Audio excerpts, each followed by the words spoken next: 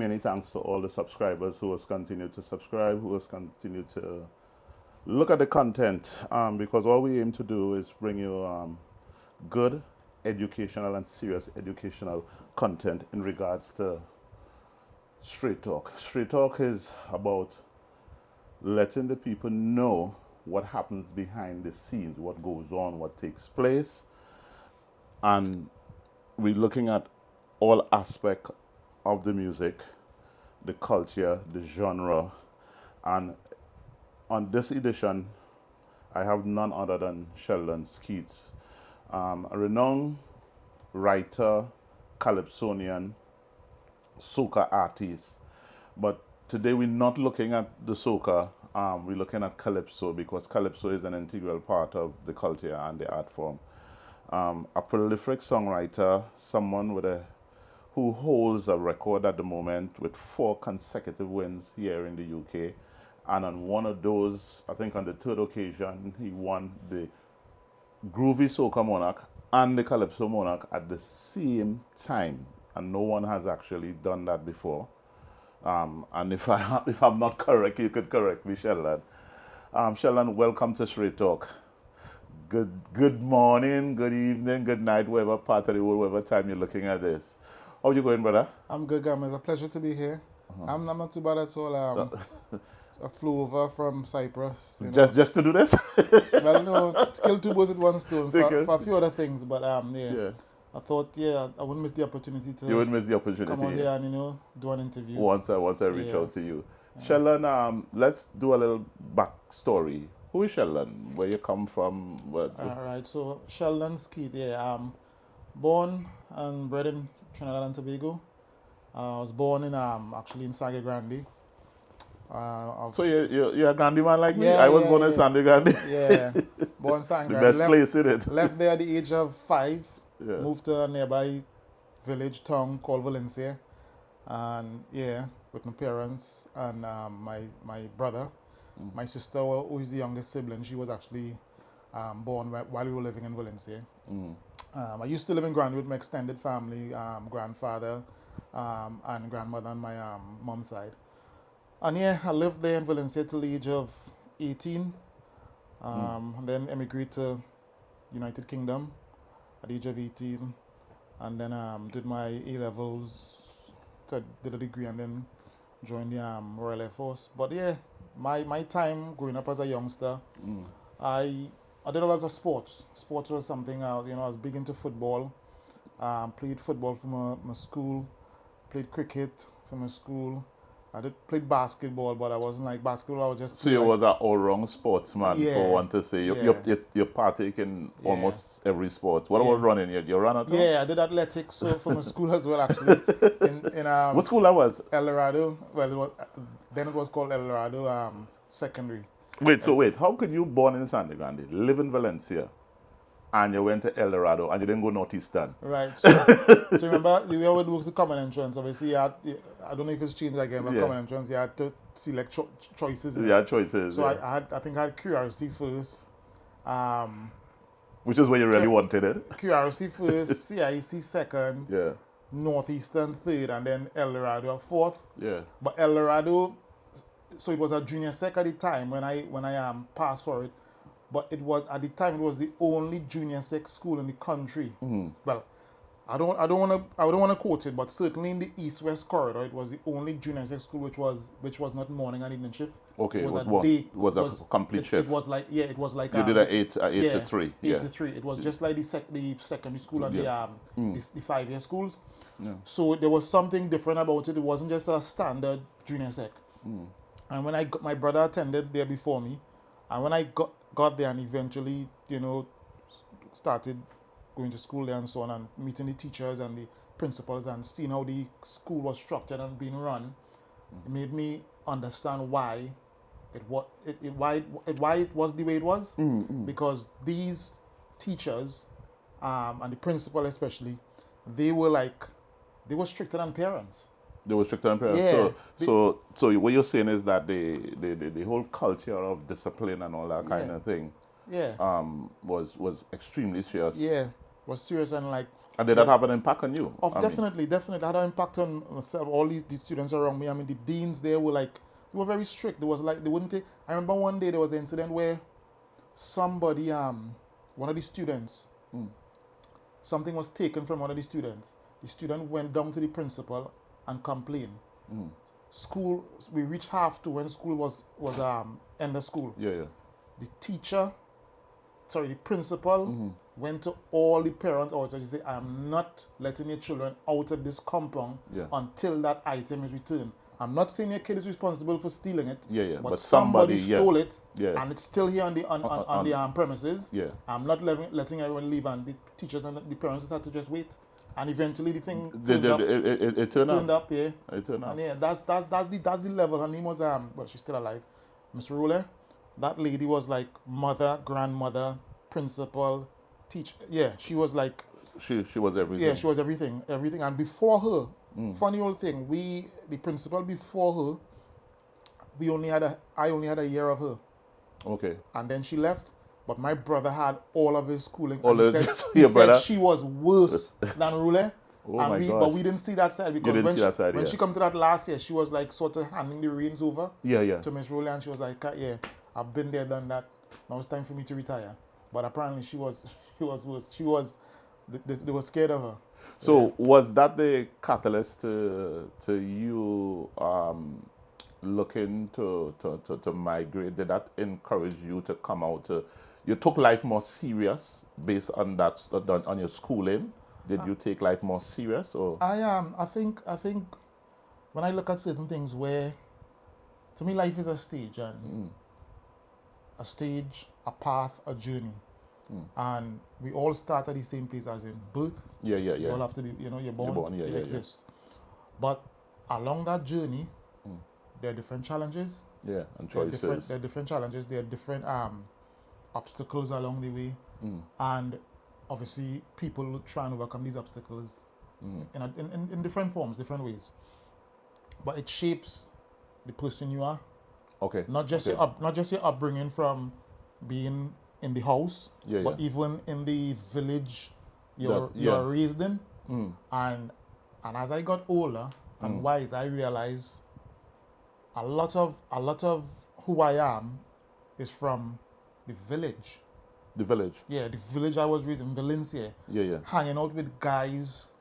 And back then, obviously at that age, tender age, you're not realizing that. But like I said, as I get older and when I look back in retrospect, I can sit back and think, who I am today is based on, growing up with certain people around me, and certain experiences. And influence. And influence, and hearing certain things, seeing certain things. Yeah. And it shapes you. And like I said, yes, you're obviously, you're raised in a home. Most people are raised in a home with a family and so forth. Yeah. But everyone is different. Some might have a single parent family, extended family. Whatever, yeah. Some, you know what I mean? Have both some are being. mother and father, I know a guy who I went to school with my year. His father died the year before he came into secondary school, and he literally had to raise the siblings because his mom works in the bank, and she had to bring the money in. So he was literally sacrificing himself. Yeah, he had a responsibility. He take up that father. Yeah, he was like the father in the house. Yeah, somehow. all of his siblings went to university and doing something. One of them is a doctor. You know what I mean? He's just working 9 to 5. So it tells me a lot about you, and now I didn't know that side of you, and your experiences obviously comes out in what we hear about your writing ability and Calypso. So was it secondary school that you got into Calypso? Right. So getting into it, so there's two sides to the story. I need to start from the beginning. So in 1986, at the age of 7, I was by my grandparents on my father's side. We went there for what was called the Marsh Granite. Yeah. So we were just there. That's normally a family gathering and everybody. Yeah. But again, I was only 7, so I was just literally just there looking to play with my cousins. You know, studying all of that. But I was going in and out of the living room, and I could see everybody's. Back then it was kind of different. The Marsh Granite, you had like the king and queen. Yeah. And they would have, I think they would have there was two rungs of Calypso. Yeah. So you would have the first rung, I think. Yeah. then the King and Queen. King and Queen, yeah. And then the you have second second round. Yes, right. correct. So while moving in and out of the living room, I realized all the adults transfixed on this TV screen. And I was like, what are they watching? What are they watching? And Calypso is on, and I was like, I remember seeing I think it was Gypsy. Gypsy had a boat on the stage because he sing, Captain, the ship is sinking. Yeah, yeah. He had a boat. Chuck just had something else, some bottle, and David Rudder just came out normal. Everybody had the props. Yeah, everybody had the props, and I was like, I still looking to see, well, what are they? Okay, but this is Calypso. No, nothing really hit me to say, well, oh, I like this. But Gypsy's voice, the tone in Gypsy's voice, Yeah. and the way he sang, that caught me. Okay. And I sat there. I sat in front of the TV till the end, and I saw David Rudder and Starling, and I remember Chalk Dust.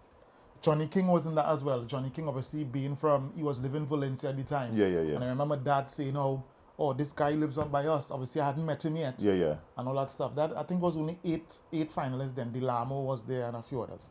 What's his name? The late Duke. Duke was in the final as well.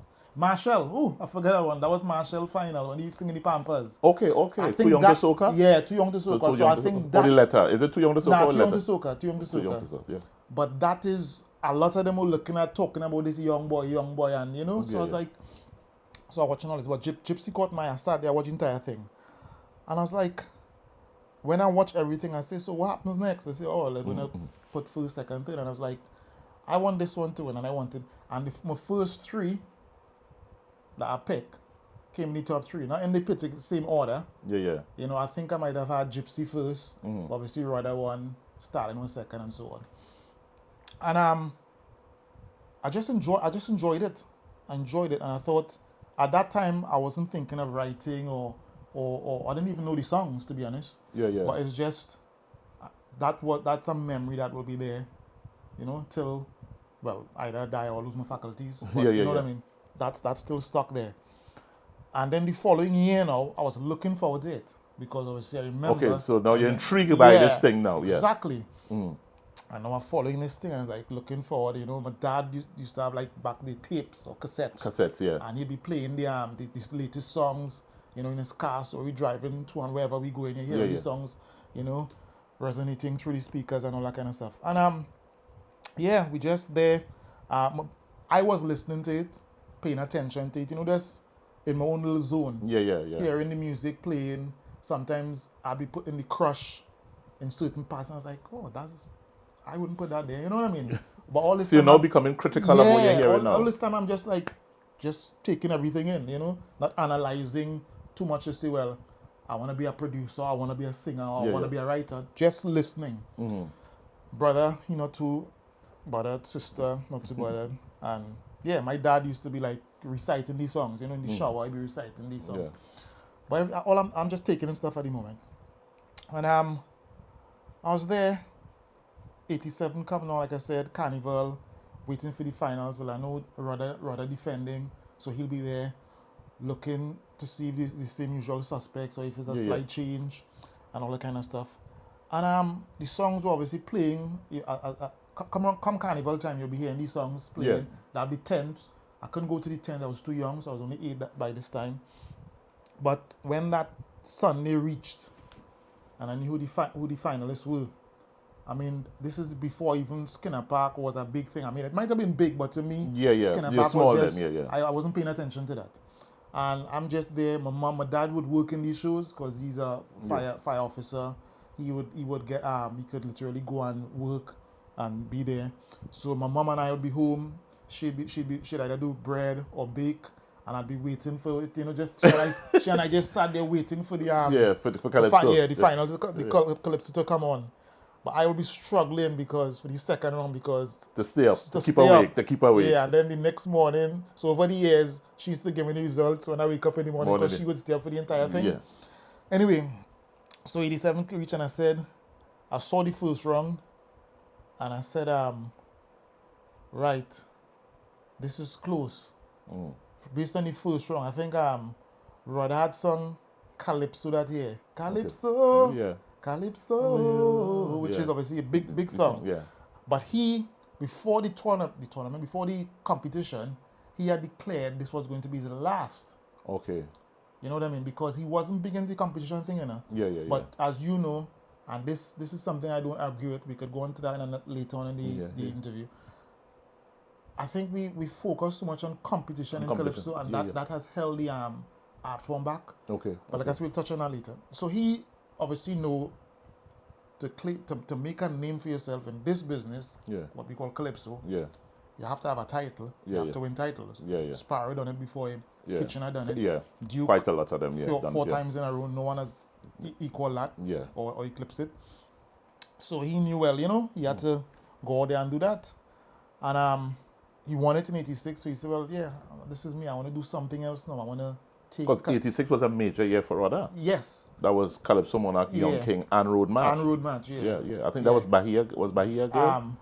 Was the second song? The Hammer. So he sang the Hammer. Was the Hammer? Hammer was the '86 song. And the Road Match, I think, was it? Yeah. Bahia? I think it's Bahia. Yeah. Yeah. It might be. I mean, forgive us if we're wrong. I think it might be Bahia. But that is, I think, where they talk about he recycled one of Kitchener's melody. But but I think it was Bahia. Anyway, so that was that was '86, '87. Like I said, first round went. He sang Calypso. Stalin sung Secret of Making Pan. Okay. Deep song, you know what I mean? Because, as you know, we invented it, but everybody today claiming it's theirs. And it's probably bigger in other countries. You know what I mean? And he was trying to say to them, we need to get a formula. We need to write a script, write a book, so that people document these things. You know, the secret of making pan. What is the type of oil you would need for this? The type of material for the rubber for the sticks and you know, these kind of things. Now, that's deep. Song simple. But he's thinking outside the box. And Gypsy came strong again. I can't remember Gypsy song, but Gypsy was strong again, and that was the same top three. 2 years running, different order.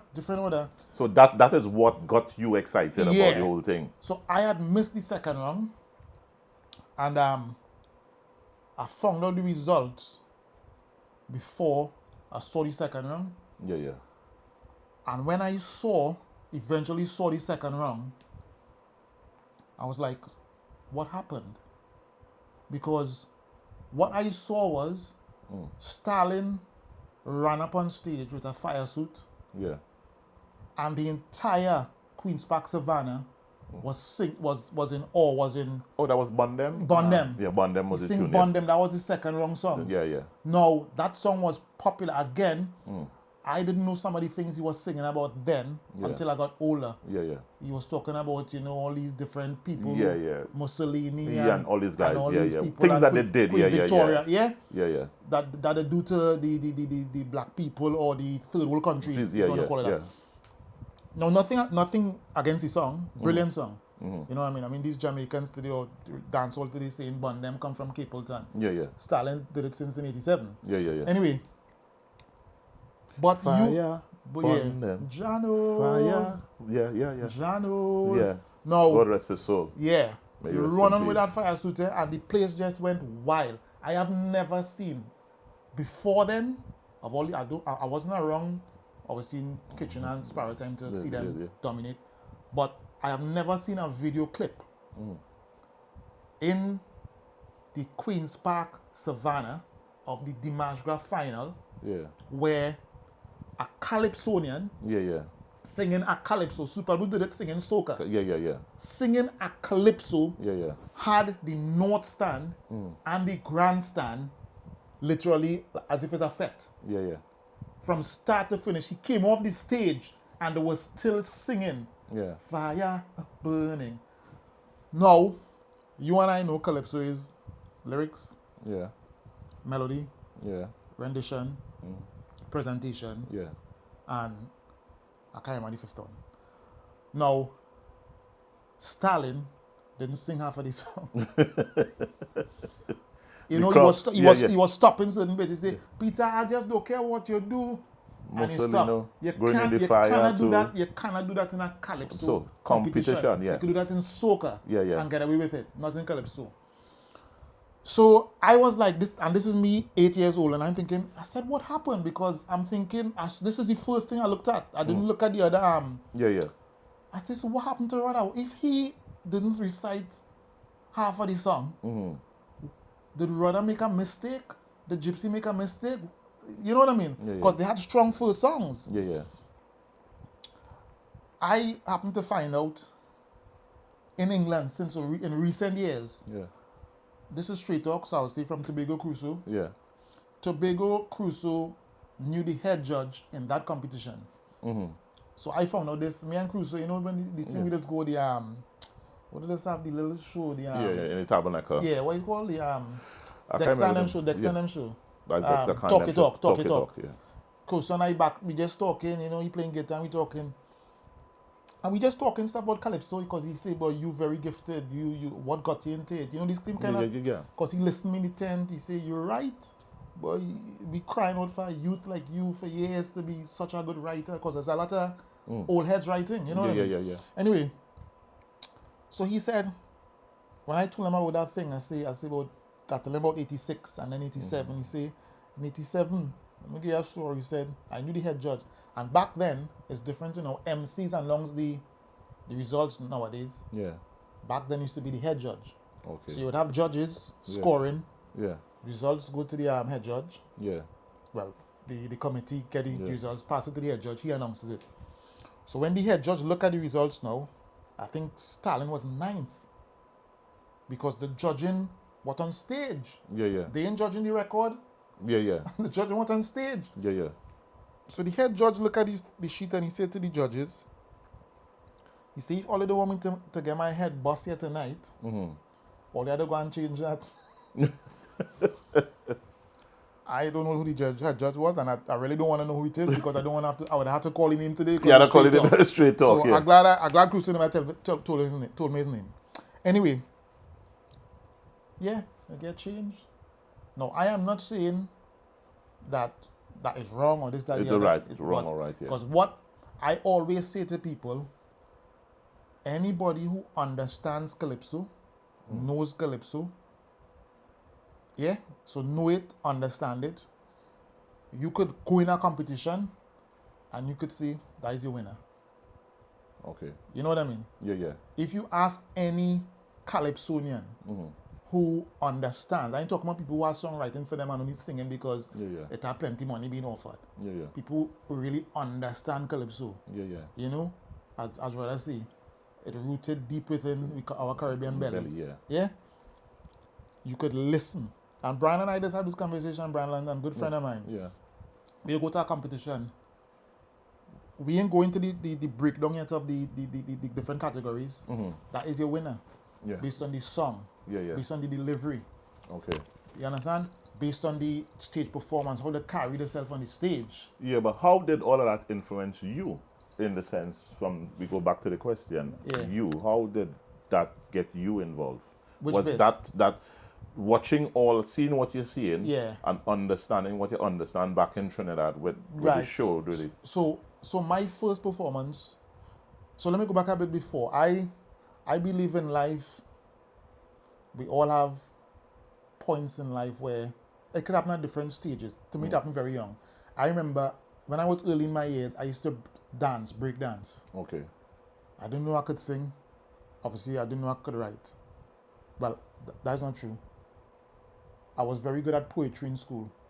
My first poem. That's the key. My first poem, and this is before standard one, in first year. My team, Miss Perez, still alive today, she gave us homework and she said, go home and write a poem of your choice.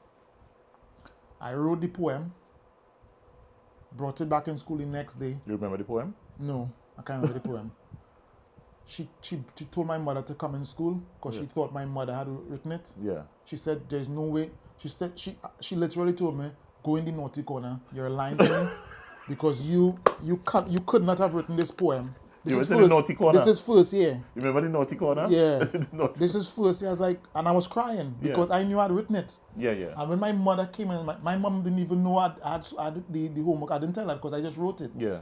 And my mom told her, I didn't write it. But his father didn't write it because his father wasn't around when he came home when he was asleep. Yeah. And she apologized, and every subsequent poem topic she gave us, Yeah. I was coming first in class every year. And she realized, wow, this boy is You had a gifted. gift for writing. Yeah. The For poetry, writing. yeah. Putting words together. Putting words together. That was it. I had a And gift. that is the key, that is the underlying substance Yeah. of your writing Yeah. ability now.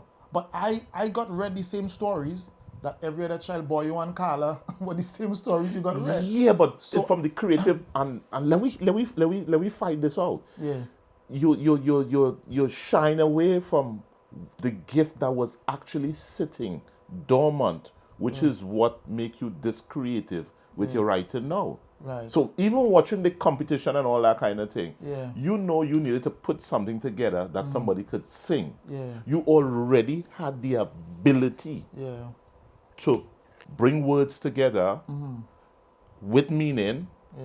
rhyme, flow. Poetry is the underlying The song, is the poetry. underlying Yeah, basis factor. of what you just now adapt the melodies now to that writing ability. Yeah. So that's where but my granddad, my mom's side, he used to do Nancy stories. And I used to listen to, out of all the grandchildren, I think I used to pay attention to him the most. Most, okay. I mean, the Nancy stories, he had a few and it was quite repetitive, and I sort of like, when he would be telling me them, I already know what coming next, if you know what I mean. Yeah. But I listened to it. I used to listen to it. And but like I said, that poetry style, I had that from since then. When I went on to obviously standard 4, standard 5 common entrance and secondary school, and I had to do short writing and I wasn't good at that. Like story, to write a story like a, you had to write like a short story. Yeah. So not poems anymore. Yeah. Literally come up with a story. Yeah. There were so many girls way better than me. Okay. But you see, poetry, Yeah. anybody. Put anybody next to me. Calypso is poetry and rhyme. Yeah. Calypso is poetry Yeah. and rhyme. Yeah. So Yeah. that is where it sits. That's where it came from. So like I said, I was dancing early on, breakdance. Yeah. They had this talent show in the community center where I grew up, and we pull out shit out of a hat. I pull out dancing. A guy named Richie Bannister, he probably won't remember this. He pulled out singing, but he couldn't sing. So you always But swap. we swapped, but That's swap. I was so daft, I couldn't sing. Yeah, but you still he swap. was so sad, Yeah. He looked so sad. I said, you know what? And I went on stage. He danced.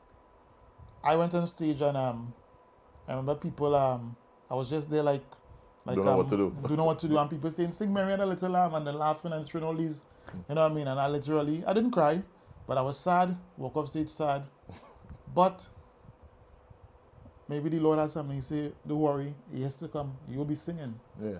You will be singing. You won't be dancing. You'll be singing." And that's what I'm doing now. But back then, I didn't have a clue. I didn't know any song.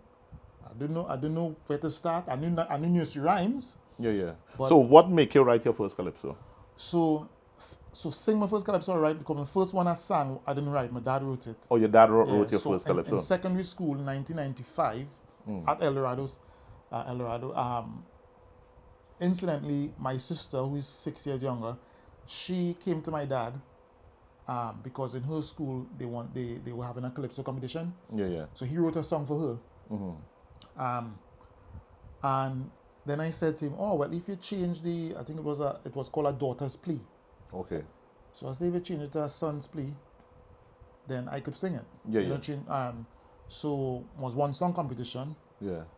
I had no problems going on stage and performing because what used to happen, all these the masquerades I used to look at, I would learn the popular songs, as in learn the lyrics to the songs, and I used to perform them in the house, at home, and in school, amongst my classmates. Yeah. So I had build confidence. Yeah, build confidence, and I had the whole stage geography where I could move my hands, the performance. mannerisms. Yeah. I had no issues with that. Watching Crow and so on, I learned how to move my hands, and deliver. I always had that delivery. So that wasn't something I needed to work on, and I wasn't concerned about that at all. I was just learning the song and being able to deliver the song. Execute the song Yeah, on the execute day. the song. Yeah. So I think it was about 6 people in the final. I was the only boy. Mm-hmm. When I told people I was going to do it, they were like laughing, and it's because they you singing calypso, because they know in secondary school they know me. In primary school, the people knew knew I used to be singing, but they know me in El Dorado was into sports, athletics, and all that kind of stuff. Mm-hmm. They never saw that side to me. I used to sing though. They knew I could sing dancehall, because I grew up like Buju Banton and those guys. I used to learn all those songs on the Chinese Laundry cassette and the Rhythm Nation cassette. Mm-hmm. So they knew I could sing dancehall, what we call dub back then. We call it dub. We grew up calling it dub. So they knew I could. So when they hear calypso, they'd be like, "You singing a calypso?" They weren't expecting that. Only boy, the girl who won the competition, I came second. The girl who won it, she had won Tuna Puna as well. Yeah. And I think she went on to represent the school. You know what I mean? Mm-hmm. In the schools competition. So she won. I had no qualms with the fact that she beat me, but I was just happy with my performance, my delivery, and so on. And that was my first performance of a calypso. Which is the one My dad wrote. Dad wrote, which is a cry of a daughter, which is rewrite. Yeah, so you changed it to a son. A father's play, I think. Father's play. Okay. Yeah. So that happened. The following year, obviously, I was going into CXC. Mm-hmm. So I didn't really want to I was focusing on my studies. Yeah. But obviously, I was still paying attention to the calypso, what's happening around me and all that kind of stuff. Still no writing yet and all that kind of thing. But I used to go back to the vintage stuff too. I would listen to old calypsos, learn old calypsos, like what's his name? Brother Valentino. Popular stuff. Yeah. And I think this year Valentino is celebrating, and I'm not sure what the actual, but he has a milestone, and I think he has a major concert on. So any popular songs, you know what I mean? I'll try and learn them, recite them, sing them. I remember sometimes when I was studying in the UK doing my A-levels, excuse me, and I get bored, I would literally go on the laptop and just start typing songs I know, like the famous song, just typing it. Yeah. So I'm that bored. Mm-hmm. So that happened. Did my CXC, stayed one more year in the country, emigrated to the UK at the age of 18. Still listening to all these songs, following the carnival and that, speaking to my parents, who's the favorite, who is this, that, the other. Because the internet wasn't, social media wasn't as it is now, yeah. It wasn't apparent. We had the internet, but we didn't have the ability to stream access, and watch these things live and all that kind of stuff. And so that happened. Then in 1999, obviously, millennium approaching 2000, and I woke up. Yeah, I woke up in the middle of the night. So all these songs I told you I was writing, typing out. I woke up in the middle of the night about 2 o'clock, and my brother had a laptop, and I went to his laptop, and I just started writing my own song. Out of the blue, just like that. And did 4 verses, went back to sleep.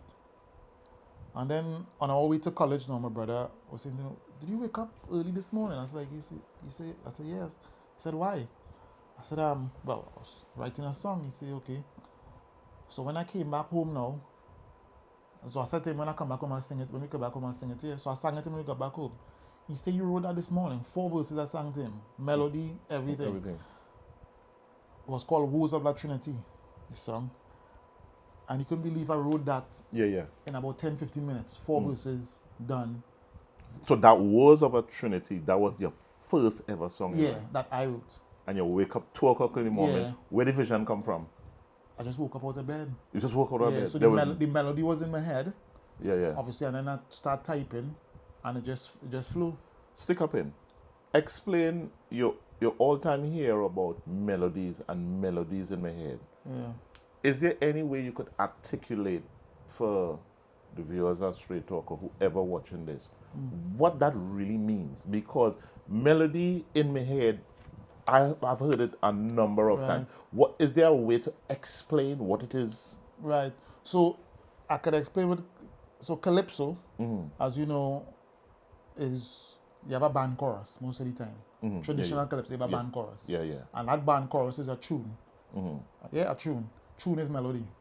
Okay. The tune is the melody. Okay. So I was hearing in my head, pam, padam, padam, pam, pada bada bada da da da, podum podum pam. So that is the melody I hear. And then from that, I could roll into writing. Writing. Okay, so you have that structure. Yeah. And that comes from nowhere. That comes from nowhere. But it comes from somewhere, but I don't know where. You don't know where it comes from. Well, it comes from within. Yeah, it comes from within. It comes from within. Yeah. You know what I mean? So that is what I had.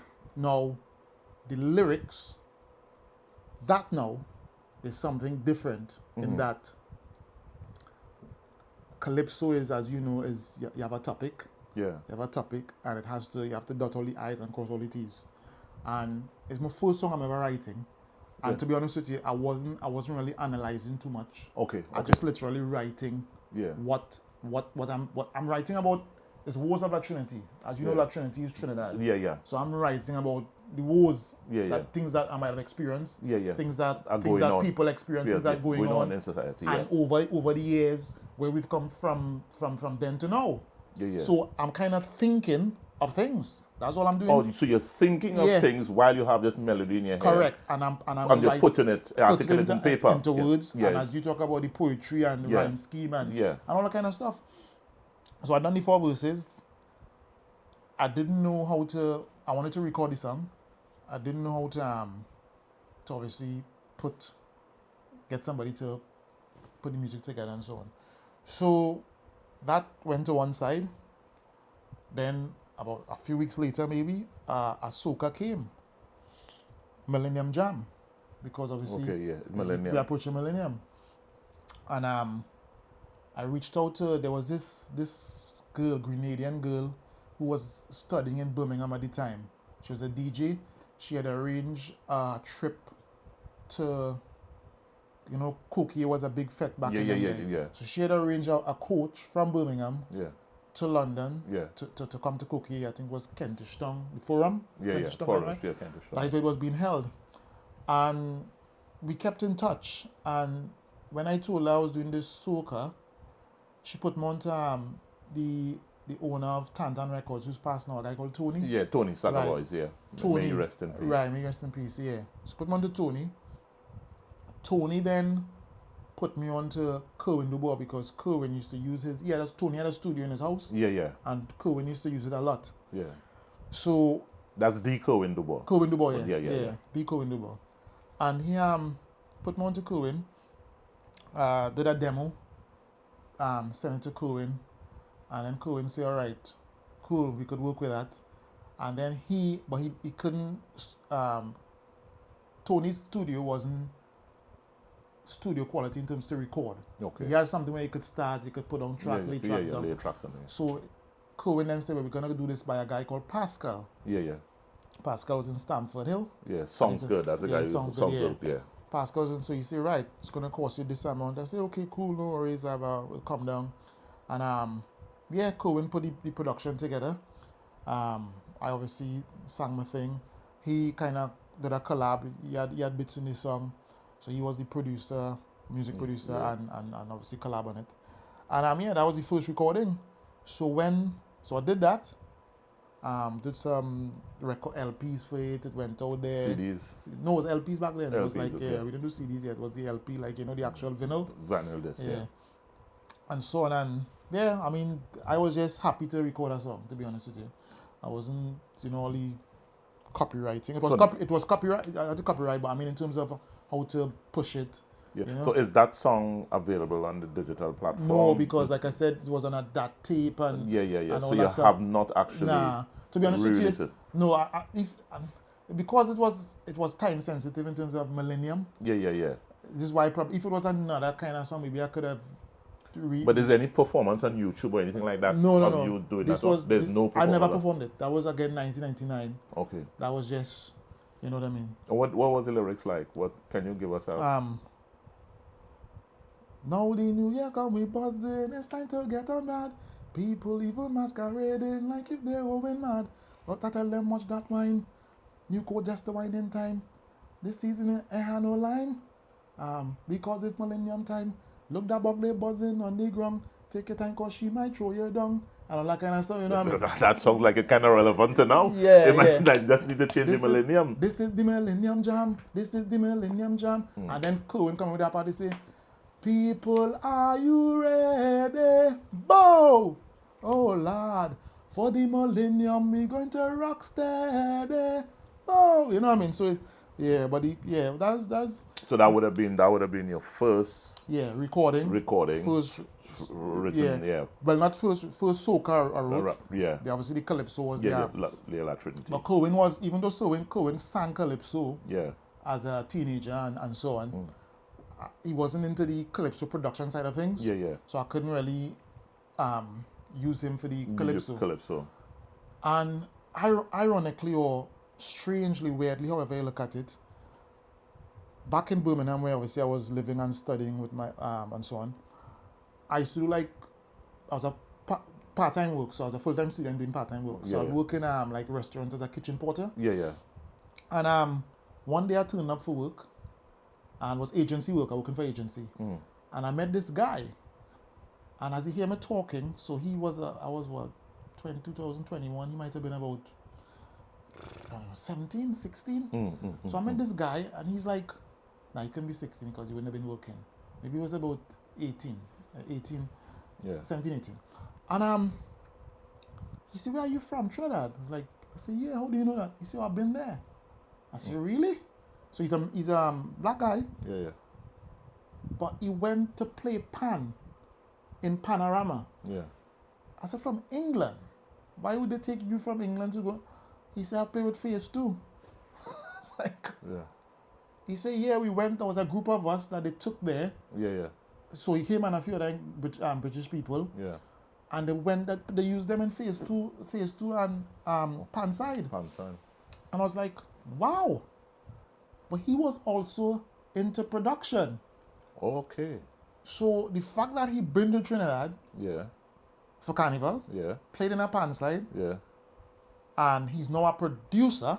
He has that understanding because, as you know, with Pan, Pan is everything. Because you have, I don't know how well you know your instruments, but Pan is the only instrument that replicates. You could get a bass pan. You could get a guitar pan. So the fact that this boy was in a seeing Bugsy, because Phase 2 is Bugsy. Seeing Bugsy arrange.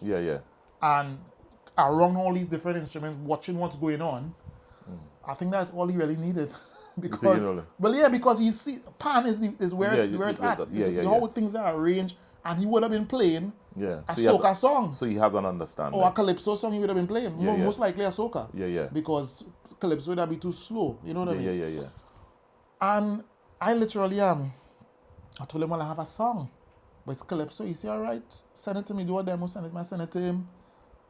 I couldn't play the keyboard or anything then. He could do all of that because he's a producer. And he literally, in 48 hours, he came up with a tune.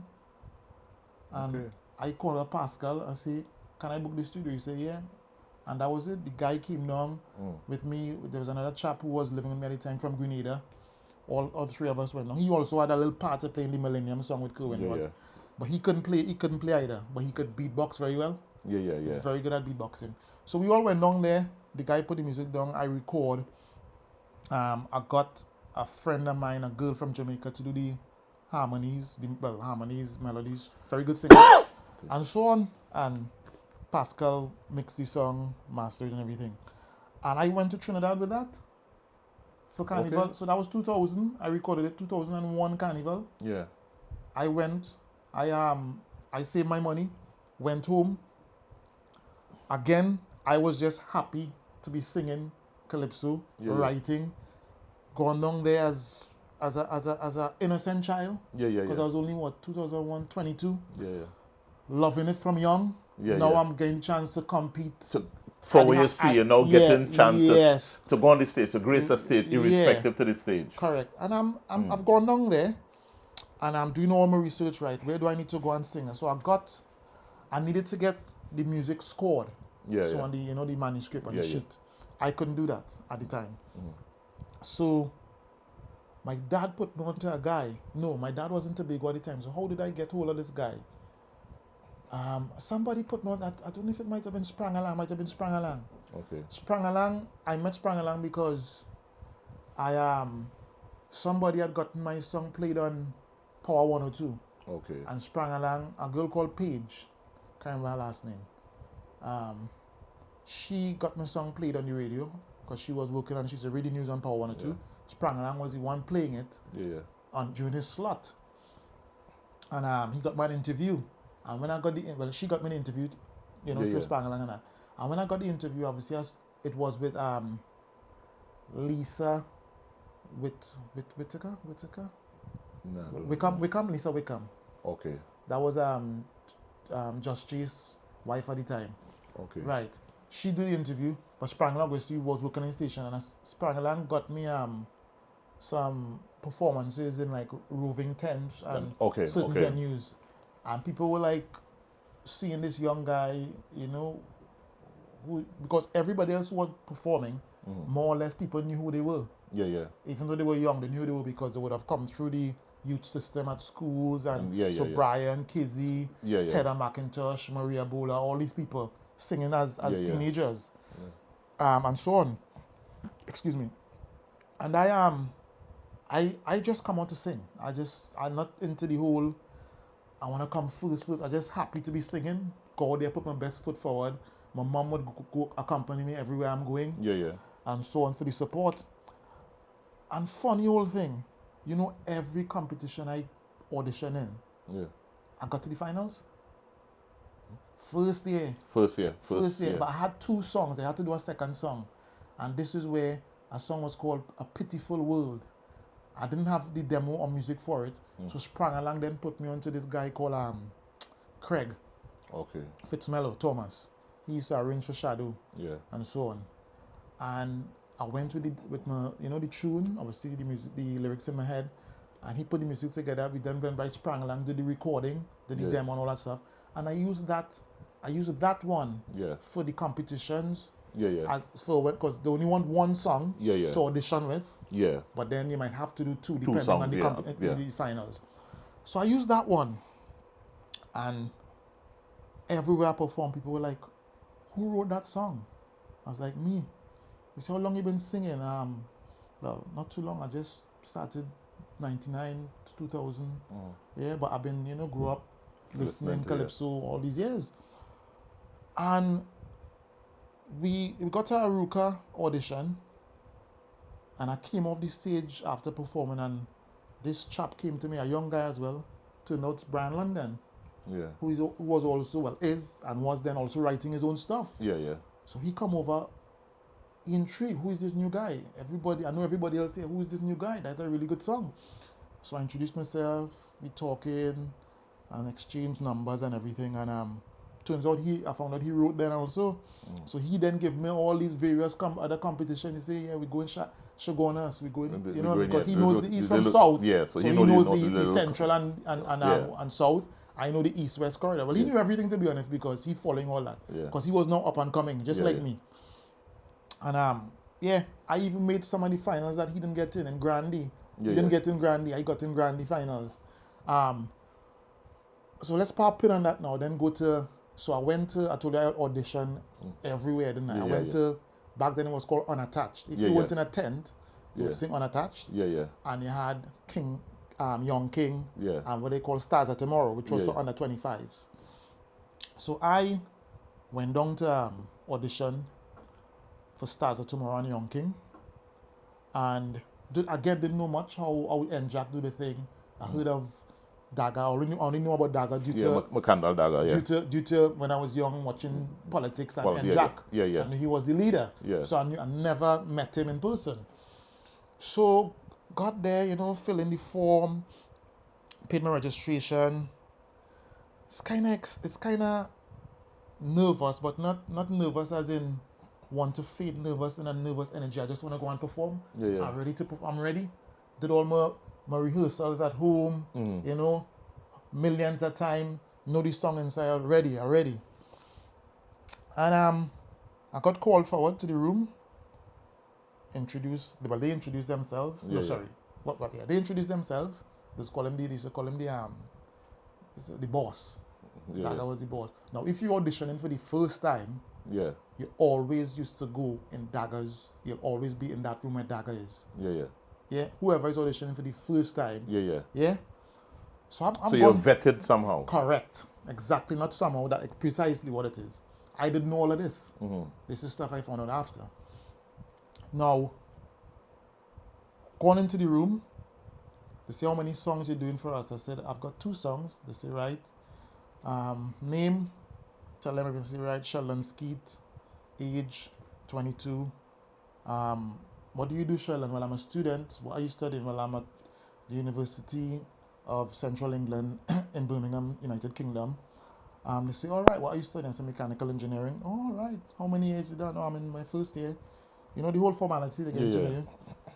And they say, all right, which song are you going to perform first? And I perform Pitiful World first. And then I went on to Wozola Trinity. And when I finished performing those 2 songs, I was sweating as though I'd played 90 minutes in a football match. Yeah, beat up perspiration. Yeah. Yeah. But the ambience in the room changed. Yeah, yeah. And it's like they're all looking at each other now. Is that the same guy who just walked in there? Just looking, you know what I mean? Because how I performed and deliver, Yeah. they didn't say it, but I knew what they were thinking because they seen this guy for the first time perform in front of them, and he's performing like somebody who's been performing for years, like a veteran. Yeah. And I'm not saying that because I'm swell-headed or anything like that. People have told me these things in my early years of singing. Yeah. You So know what I mean? you would have known the impact you would have had on them. Yes.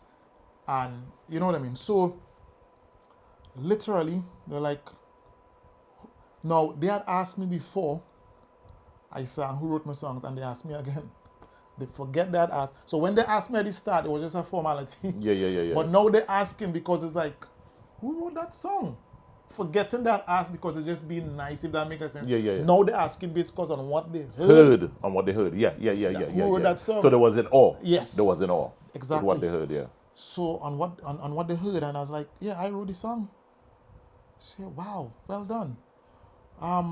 Well, we haven't decided. Obviously, we have to go through the point Everybody else, system, go yeah. through everybody, and then we'll get back to you. So I say, okay, thank you, thanks for your time, and I really appreciate y'all giving me the opportunity to perform in front of you. And I just, went back downstairs, packed my stuff, and head home, and I left happy. Not thinking I would get through, but just happy. You're satisfied that you give it your all. Yes, and it came across. You felt that you I did my best, and it came across the way you wanted it to come. Exactly. What they want to do is up to them. But I was chuffed and happy, satisfied with what I brought across. That brings me to the fact of your ability, right? And you're sort of stressed on how you have been received. What you think is that one thing that has your ability, for those who don't know you, where it's at as a writer? What do you think is that one thing? Is it your commitment to your writing?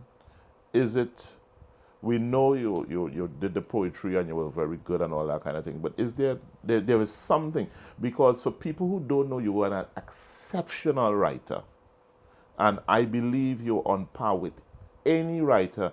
I would even put you on par with the likes of Selwyn Denham, Brother Marvin, Devines, and these guys. Your ability is at that standard. What do you think is that one thing? Do you know? So again, going back to, I would say before I know myself, and when I say know myself, not in terms of as a person, but as a writer, before I know myself as a writer, to say, to have a conversation and give people advice on writing. There was a time I wouldn't be able to do that because I didn't really understand what I was doing. It all came from within. Does that make sense? I would be that song, A Pitiful World. I wrote that song walking the streets from my aunt's house to Sainsbury's because I was studying. I was studying A-levels, like I said. She was having to pay thousands of pounds. And I remember seeing asylum seekers in the college I was going to. Breaking classes and running about, messing about, and they obviously work the UK government for free. And that touched me. You know what I mean? It's like I've come from a country. Don't get me wrong, I'm not saying I'm running from because I could get killed, but the point I'm making is how hard it is for not just me, but for people in the world to achieve. Yeah, the sacrifices people have to make. I had to leave my my parents behind. Luckily, my brother was with me when I left, but I had to leave that behind. And luckily as well, I had my aunts. I was staying with my aunts who treat me like their own son. I didn't have to pay rent or anything like that. They say, right, you just focus on your studies. However, things like that touched me, and I was just there reciting the melody. Just that melody just came. So I don't know if you realize what you just did. What comes into to what comes out. So there's something that comes in that brings out what you deliver in the but sense it's of there the already. writing. It's not coming in. It's there. But compassion. For me, that shows that compassion is that key thing in your writing. Because every song you wrote or will ever write, I think a lot of it has to do with passion and love and appreciation, which is what's seated deep inside of you, which comes out. Because, I mean, I've heard songs like Send Them Back to Afghanistan and these kind of songs. I mean, it's incredible writing. And you know how that one came about? 2010. I wrote that song in 2010. Well, sorry. I started writing that song in 2010 after my sister's fiance got shot. He got shot in Trinidad. And I hadn't known him long, but I met him the year before. He came to England the year before. And you ever get the news that somebody died, whether it's from wherever, but they died. And it touched, it rip you apart. You ever get that kind of news? You know what I mean? It's not your sibling, it's not your parent. It's just a fiance. But it was only when I got that news. It actually reached home. It reached home now. This is home. This is somebody you know close, And I found out in work. And I came home and I went straight to the computer. That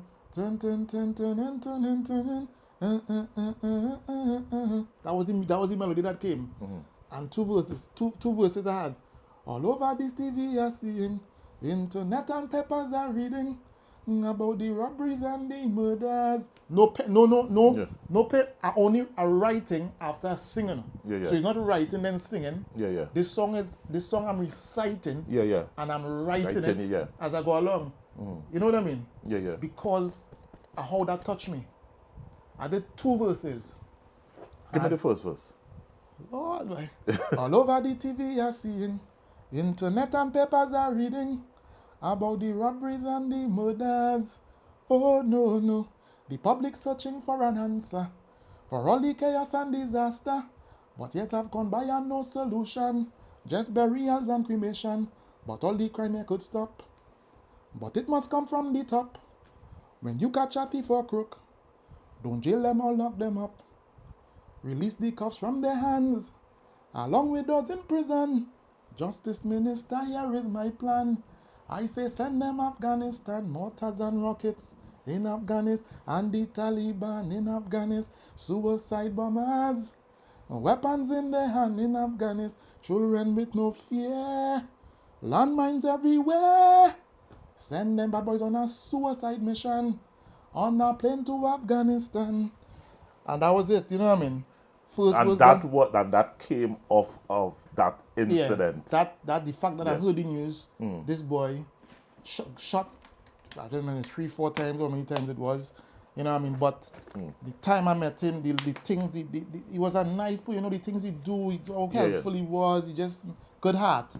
And, you know what I mean, mother's only child and all that kind of stuff. Young guy, I think he was only about 20, 21 years old when it Didn't happened as make well. it.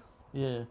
Now, so I said I did 2 verses of that, and it's the first time I'd heard the phrase so many times before, and it never happened to me. I got writer's block. I couldn't go on. Stop right there. Stick up there.